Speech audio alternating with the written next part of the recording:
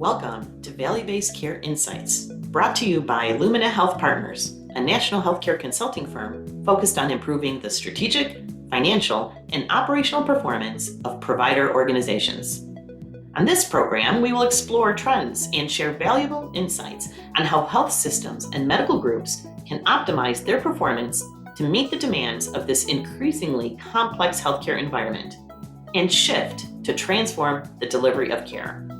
Value-Based Care Insights is hosted by Daniel Marino, Managing Partner of Lumina Health Partners. Daniel has been in the industry for over 3 decades and specializes in shaping strategic initiatives for organizations in areas such as population health, clinical integration, physician alignment, information technology, and data analytics. For additional insights, visit luminahp.com and sign up for our newsletter. Dan, over to you. Welcome to Value-Based Care Insights. I'm your host, Daniel Marino. As I've mentioned time and time again on the program, I spend quite a bit of time in our consulting practice networking with a lot of hospital leaders around the country. And there continues to be a theme with many hospital leaders, particularly CFOs, where they recognize that there's opportunities to improve their overall efficiencies within their OR, within their operating rooms, improve overall surgical services. But many of them struggle with understanding where some of that improvement really needs to come from. And a lot of times they're not even sure what the opportunity is. What they do hear is that there's challenges from the medical staff related to perioperative services. They may have maybe the chief of surgery coming into their office or to the CEO's office and complaining about how inefficient the OR is, or maybe we're late on our first time start, which is backing up the whole day. And it has such economic impact to the organization. And as I'm talking with folks around the country, oftentimes they're not really sure where to even start in improving perioperative services.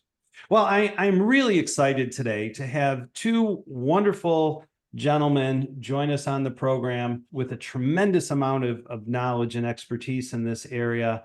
The first is Dr. Alex Hannenberg. Dr. Hannenberg was a 2010 president of the American Society of Anesthesiologists. He served as the chief quality officer and oversaw the Perioperative Surgical Home Initiative. He's also the adjunct clinical professor of anesthesiology at Tufts University Medical School, or Tufts University School of Medicine. As well, we have Dr. Art Boudreaux. Dr. Boudreaux is professor of anesthesiology and perioperative medicine at UAB Health Services Foundation. He's also an anesthesiologist and a physician executive, and has previously served as the system chief of staff at UAB Medicine. Gentlemen, welcome to the program. Glad to be with you, Dan. So Dr. Hannenberg, maybe we could start with you. As you work with hospitals and health system leaders and physician executives around the country, as I mentioned, many of them, they're struggling with their perioperative services. Where do you see some of the biggest challenges occurring within the OR, within perioperative care? Yeah, so I would park most of the issues we confront under the heading unwarranted variation. And that is meant to say that you have multiple surgeons and proceduralists and multiple anesthesiologists. In many instances, everybody doing their own thing. And it is an inescapable truth that in that situation, not everybody is doing it the best way, and not from the point of view of patient outcomes or institutional efficiency. So therein lies the opportunity to try to get all of the above mentioned players aligned and deciding how we are going to do that. And the we can cross, different private practices, different departments, and so forth. Yeah. So, and that makes a lot of sense to me. I used to manage a number of physician practices years back. And one of the things that, I learned early on in my career was physicians have different practice styles, right? So they have different ways of being able to practice that's important to them.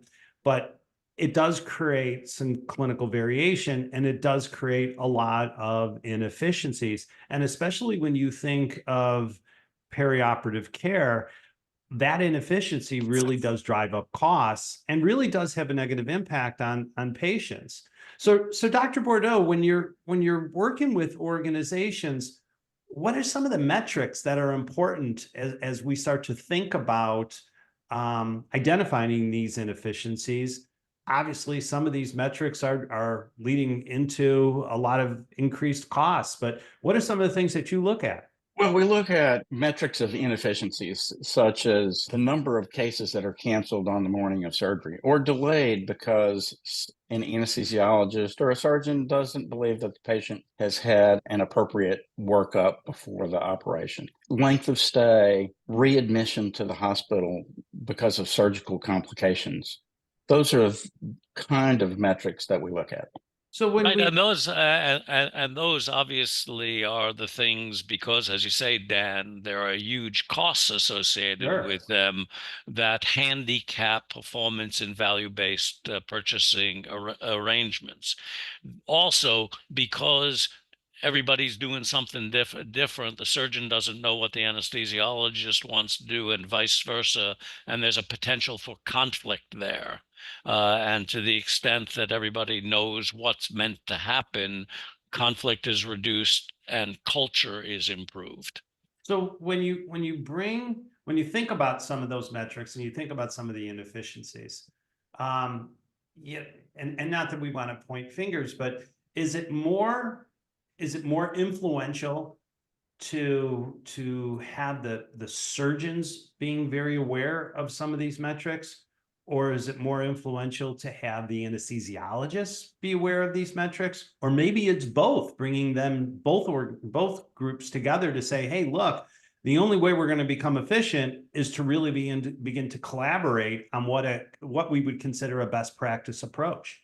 If everybody believes that they're on the same page and the patient gets a standardized best practice type of care, we will eliminate a lot of the delays and the problems that happen on the morning of surgery. And to your point, Dan, both the anesthesiologists and the surgeons hate those delays and cancellations. And to the extent that they have a shared financial interest in value-based performance, they also hate it for that reason. Yeah, absolutely. I mean, if you have the anesthesiologist there and the surgeon comes in late to a case, right, then that's excess time that they're not able to perform or to bill around it, and vice versa, right? So I agree with you. I think it really does come down to creating the efficiencies of the overall process. So when you think about that and you think about kind of bringing these groups together, what are some of the guiding principles that are important to creating some of these efficiencies? Dr. Hannenberg, any thoughts? Yeah, well, I think to the extent possible, sharing the evidence to inform best practices is an important key to getting people on board. And it is not always possible to pull out a published practice guideline on every question, but even locally, vetting ideas about how we want to do something is a critical part of getting the adherence to a standardized protocol. And, let's not forget that most of these protocols and everything we're really talking about has a lot to do with avoiding preventable harm to patients and improving outcomes. Right. And that's why we all chose the careers we chose. Right. Well, at the end of the day, it's patient outcomes and patient safety, right? And I mean, that's really what's driving it. So when you talk about these guidelines, how important is the data, right? How important is the data to really understand where some of our inefficiencies are? Or does it really just come down to understanding process and trying to adhere to the guidelines to support the process? Dr. Boudreaux, any thoughts?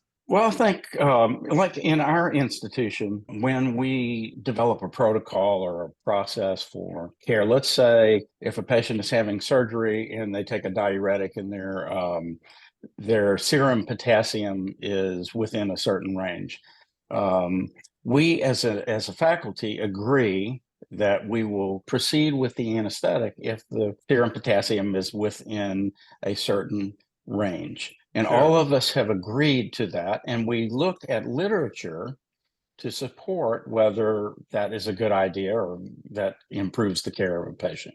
So we have all gotten together on numerous things like that and agreed what we will do going forward.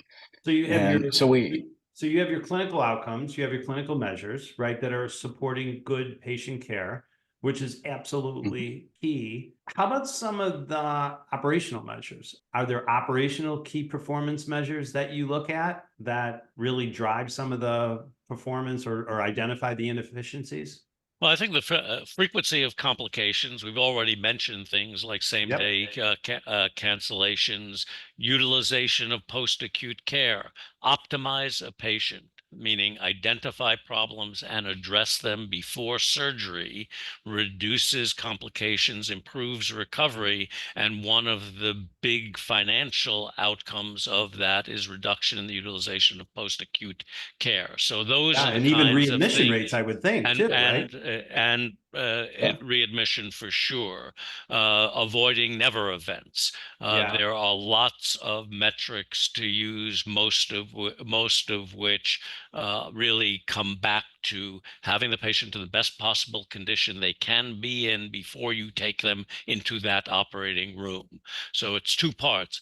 Let's make sure we identify problems early in the process, at the moment surgery is contemplated, and then go beyond that to say, okay, we've identified, poor diabetic control or anemia or what have you, and there's quite a list, and we have a lubricated process for getting that addressed and fixed to the extent possible so that the surgery can proceed in a timely fashion. If you're just tuning in today, I'm Daniel Marino. You're listening to Value-Based Care Insights. I'm having a great discussion with Dr. Alex Hannenberg, Dr. Art Boudreaux, and we're talking about opportunities to enhance perioperative services within the hospital ORs. And Dr. Hannenberg, let's just build on that for a second. So when you start to identify some of these clinical outcomes, some of these opportunities, and even some of the inefficiency outcomes there, what are some of the solutions or the steps you want to put in place to create the right solution around the efficiencies? Are there models that are out there? We had mentioned best practice. What are some of the things that you look at to kind of drive this level of improvement in perioperative care? The optimal arrangement is a predictable and agreed upon model for flagging and identifying problems, for knowing what to do about them, and delivering on that in a reliable fashion.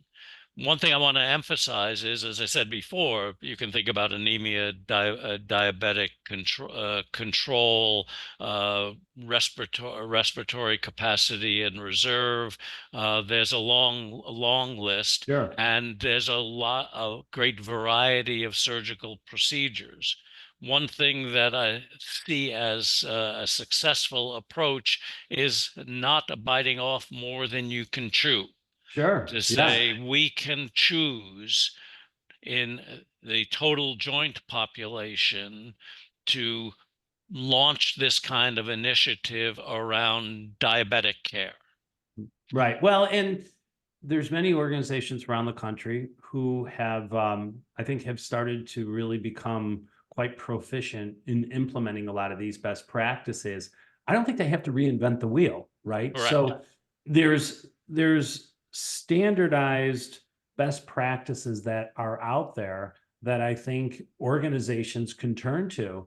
Dr. Boudreaux, when you're having conversations with folks, we've heard some pithy names around, for instance, like the surgical home, or other types of ways of being able to characterize some of these best practice approaches. What are some of the things that you've seen as organizations are turning to looking at some of these standardized best practices?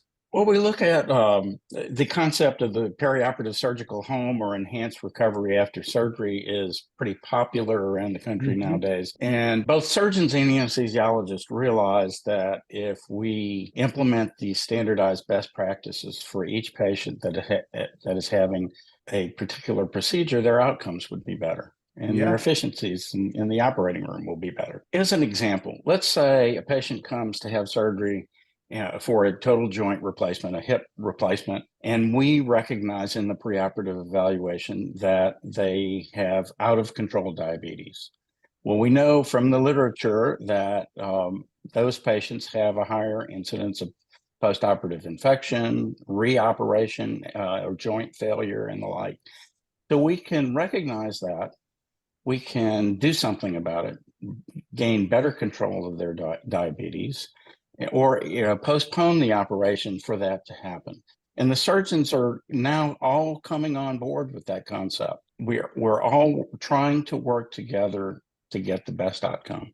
So, Dr. Boudreaux, when you're talking through that, how important is the governance structure that you put in place to, I guess, both align the surgeons and anesthesiologists around what that best practice is, but I would assume then to monitor it ongoing so you continue to improve?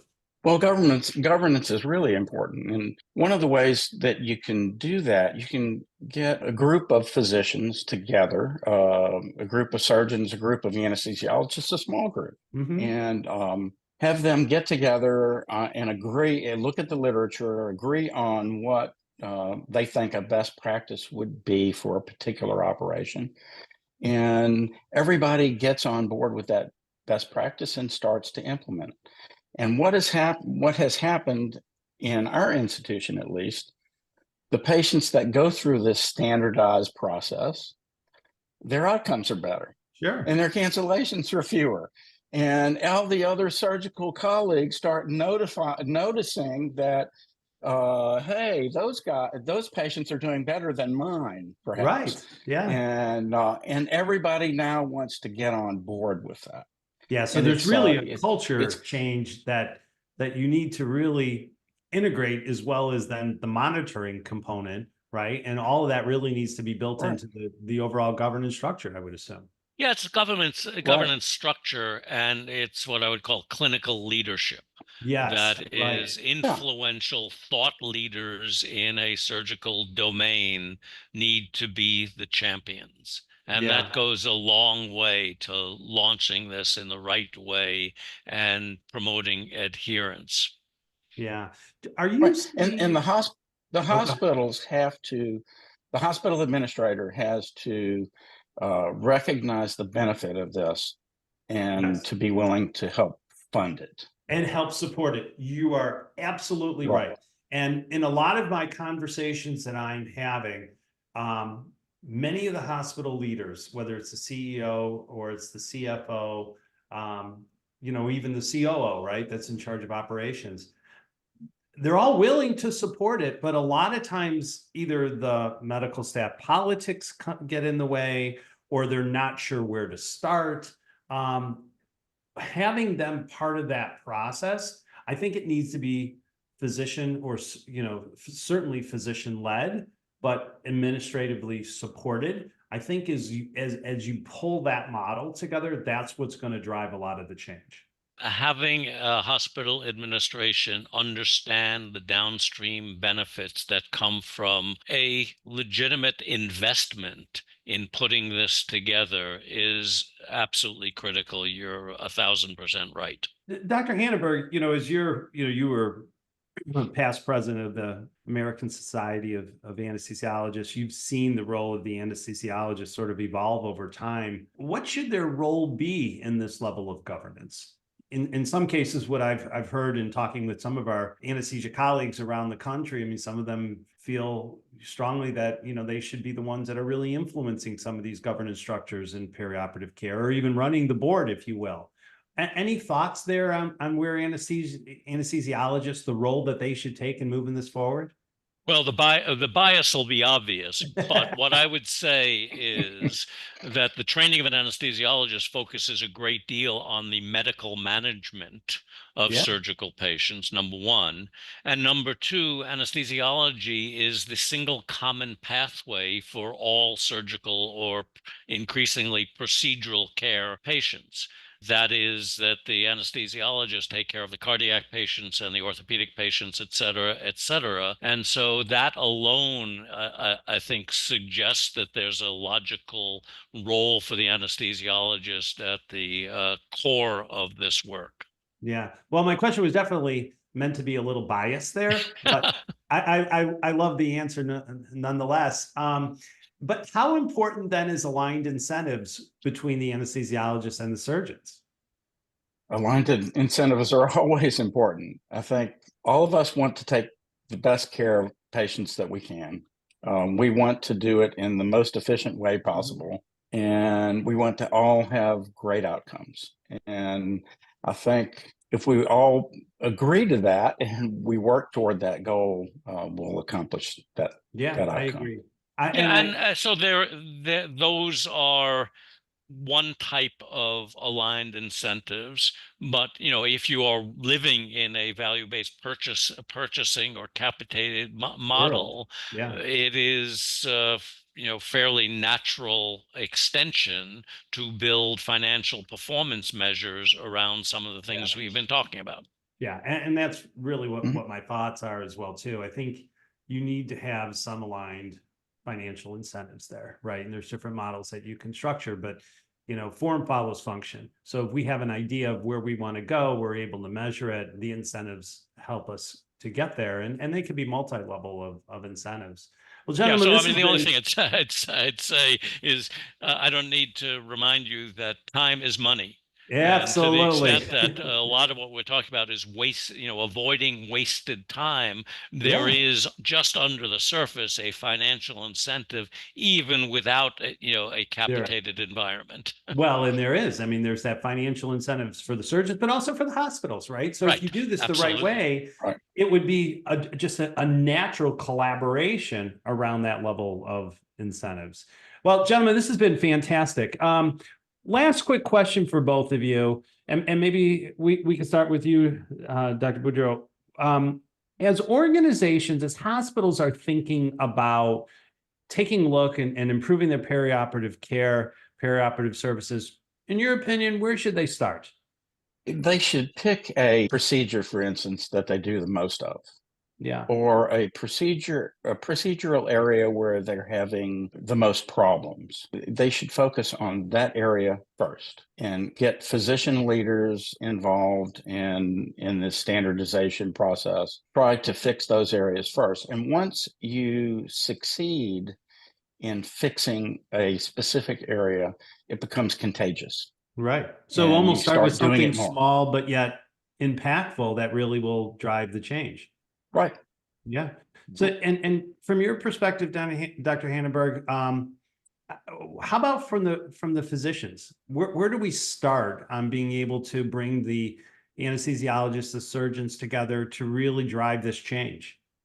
It is leadership and persuasion, the problems that drive you nutty every day. Understanding that what we're talking about is the solution to those problems. Yeah. And if that doesn't motivate the physicians and everybody who works with them, frankly, the administrators, the nurses, and so forth, I don't know what will. But connecting those dots, the delays, the cancellations, the unplanned admissions, et cetera, and connecting that dot to why is that happening? That's happening because we didn't do anything about the anemia or the diabetes or whatever, because we didn't recognize it and we didn't have an organized system to address it. I think that's the key to putting this together. We suffer problems every day, and our patients do. Yeah, and we really do need to connect those dots, right? And bring the folks together to look at where the challenges are and then be very forthcoming in addressing them. Well, gentlemen, this has been fantastic. I really appreciate your time. And if anybody wants to connect with you, your organization that you work with is ORDX. It's a perioperative consulting firm. And should they go to your website? Maybe you can give the website address or something in that regard. Any Yeah, I thoughts think there? that's an efficient way because Art and I work with ordxrx.com is Okay. is the website, and it is a multi-professional surgical nursing anesthesia collaboration to address problems such as the ones we've talked about today. Yeah, well, it's definitely a great organization, and I've enjoyed the number of conversations that you and I have had, and all of us have had, and certainly with your colleagues. I want to thank you for joining us today. And if any of our listeners specifically want to connect with either Dr. Hannenberg or Dr. Boudreaux, please reach out to me directly at dmarino@luminahp.com, and I'll be happy to direct you. But gentlemen, thanks again for your time. I really appreciate it. A pleasure. Thanks for your interest. Thank you. And I want to thank you, our listeners, for tuning in. Until our next insight, I am Daniel Marino, bringing you 30 minutes of value to your day. Take care. Are you at a crossroad with value-based care? Do you need to chart a future strategy or improve your organizational performance? Visit us at luminahp.com to learn more about our consulting services and leadership development programs. Also, you can sign up for our newsletter on our website and follow us on Twitter and LinkedIn. For more information about value-based care insights, visit the programs page on healthcareradionow.com or luminahp.com. Join the conversation using our hashtag VBC Insights. We are Lumina Health Partners. Thank you for joining us today. Until the next value-based care insight, stay well.